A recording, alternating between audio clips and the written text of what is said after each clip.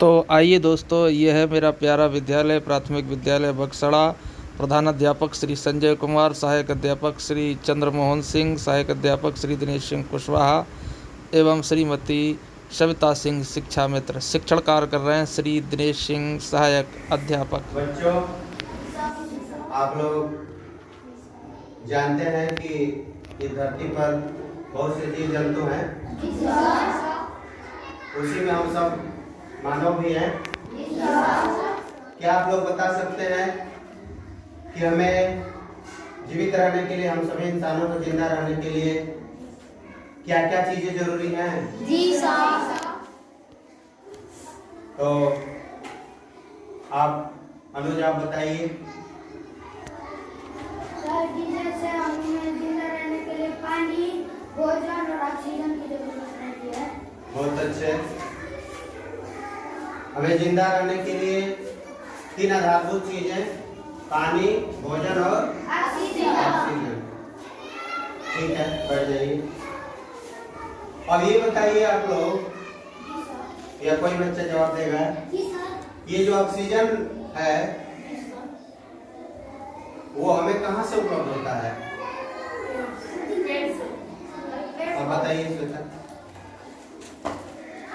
Sir, हरे भरे पेड़ पौधों से। हरे पेड़ पौधों से जो है ऑक्सीजन हमें उपलब्ध होता है। आप लोगों ने सुना? हरे पेड़ पौधों से ऑक्सीजन उपलब्ध होती है। तो ये जो ऑक्सीजन हरे पेड़ पौधे हमें देते हैं, वो किस प्रक्रिया द्वारा हमको उपलब्ध होता है? क्या आप लोगों को पता है? बताइए। प्रकाश संश्लेषण। बहुत अच्छे, बैठ जाइए। अभी आप लोगों ने सुना, श्वेता ने बताया कि ये जो ऑक्सीजन हम लोग को उपलब्ध होता है पेड़ पौधों द्वारा, वो जो प्रक्रिया है वो प्रकाश संश्लेषण की प्रक्रिया है। आइए आज हम सभी जो है उसी प्रक्रिया के बारे में पढ़ेंगे कि प्रकाश संश्लेषण की जो प्रक्रिया है, जिसको आम भाषा में हम जो है कह सकते हैं कि पौधों में भोजन बनाने की जो प्रक्रिया होती है, उसको प्रकाश संश्लेषण की प्रक्रिया कहते हैं। उससे पौधों को भी, उस प्रक्रिया में जो उत्पाद होते हैं उससे पौधों को भी खुराक मिलता है, और उसी प्रक्रिया में बना हुआ ऑक्सीजन इस धरती पर जितने जीव जंतु हैं, हम मनुष्य हो या जितने जीव जंतु पशु पक्षी हैं, सबके लिए प्राणवायु ऑक्सीजन जो मिलती है वो भी प्रकाश संश्लेषण की प्रक्रिया द्वारा ही मिलती है। आइए सबसे पहले इस प्रक्रिया को समझने के लिए हम लोग ये फ्लैक्स को देखते हैं जो लगा हुआ है, और उसको देखते हैं, समझते हैं। देखिए, ये चित्र आप देख रहे हैं, इसमें एक हरा पौधा है, और पूरे चित्र का अवलोकन करके जो है आप ये देखते हैं कि इसमें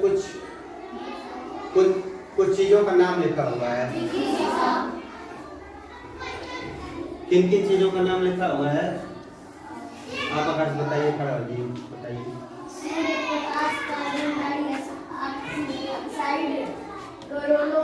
ऑक्सीजन, जल। बहुत बढ़िया, बढ़ जाइए। अब जो है जिस तरह हम अपना भोजन तैयार करते हैं, तो उस भोजन को बनाने के लिए कई सामग्रियों की जरूरत पड़ती है, जैसे चावल, दाल, आटा वगैरह, या ईंधन जलाने के लिए गैस, लकड़ी वगैरह, चूल्हा जो भी है। उसी तरह जो पौधों में भोजन बनाने की प्रक्रिया है प्रकाश संश्लेषण, उसके लिए भी कुछ अवयवों की जरूरत पड़ती है। तो उसमें जो है मुख्य रूप से आप देख रहे हैं यहाँ सूर्य का प्रकाश, कार्बन डाइऑक्साइड, क्लोरोफिल और जल। ये चार मुख्य जो है तत्वों की जरूरत पड़ती है। इसमें सूर्य का प्रकाश, कार्बन डाइऑक्साइड, क्लोरोफिल और जल। प्रकाश संश्लेषण की जो क्रिया होती है, ये आप लोगों की जो प्रकृति की पाठ्य पुस्तक है इसमें पेज नंबर 67 पे आप लोग जो है निकालिए और इसको देखिए। इसमें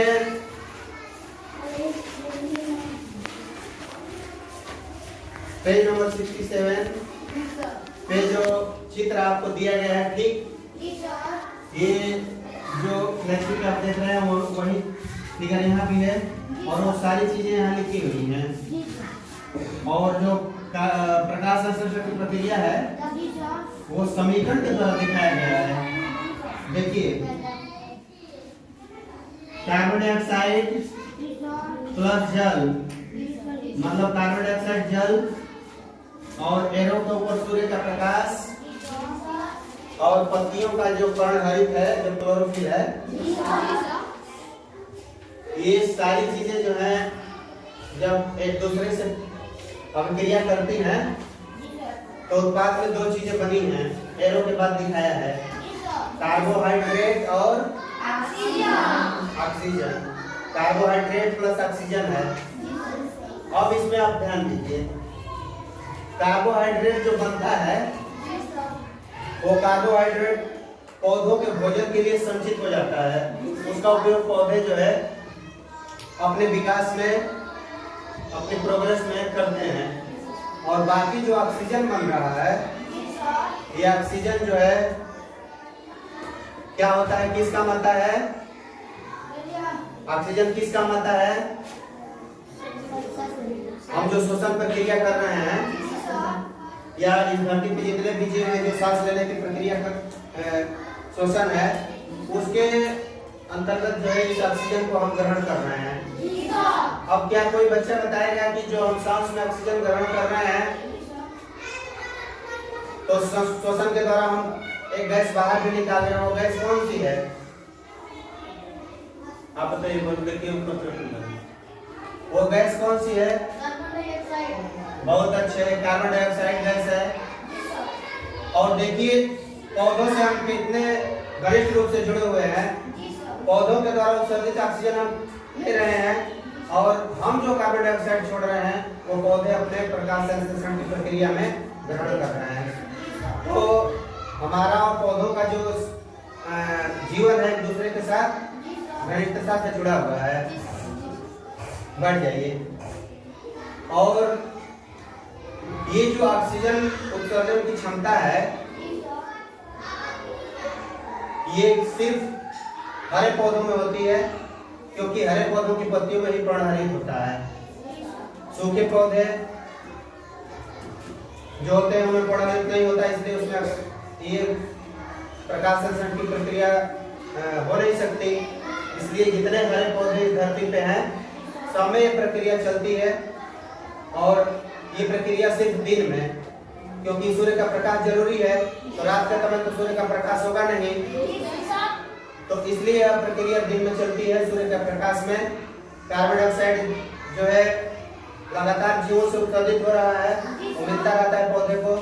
और साथ ही जल जो है वो जड़ से जो नमी होती है उससे वो जल सोखता रहता है पौधा, नमी। तो जल जो है नमी गिर गया जमीन से, पत्तियों में क्लोरोफिल है, कार्बन डाइऑक्साइड ऑक्साइड जो है हमारे श्वसन में उत्पन्न हो रहा है और सूर्य का प्रकाश, ये सारे अवयव मिल करके और प्रकाश संश्लेषण की क्रिया संपन्न कराते हैं। और उसके दौरान उत्सर्जित ऑक्सीजन हम धरती पे जितने जीव जंतु हैं सब ग्रहण करते रहते हैं।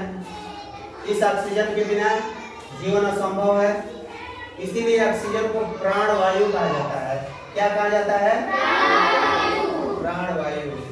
क्या आप जानते हैं कि हमारी जो वायुमंडल है उसमें ऑक्सीजन की मात्रा कितने प्रतिशत होती है? नहीं जानते हैं तो आप लोग जान लीजिए। हमारे वायुमंडल में ऑक्सीजन की मात्रा 21%। लेकिन वर्तमान में प्रदूषण के कारण ये मात्रा घटी है, इसलिए हम सबका दायित्व है कि ज्यादा से ज्यादा पेड़ पौधे लगाएं ताकि धरती हरी भरी रहे और प्रकाश संश्लेषण की क्रिया द्वारा ऑक्सीजन ज्यादा से ज्यादा उत्सर्जित हो और जीवों का जो है अस्तित्व सुरक्षित रहे। अब आज जो है इतना ही, कल हम लोग जो है इस पर फिर जो है आप लोग घर से इस पर काम करके आएंगे।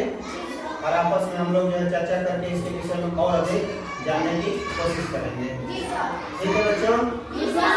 ठीक है।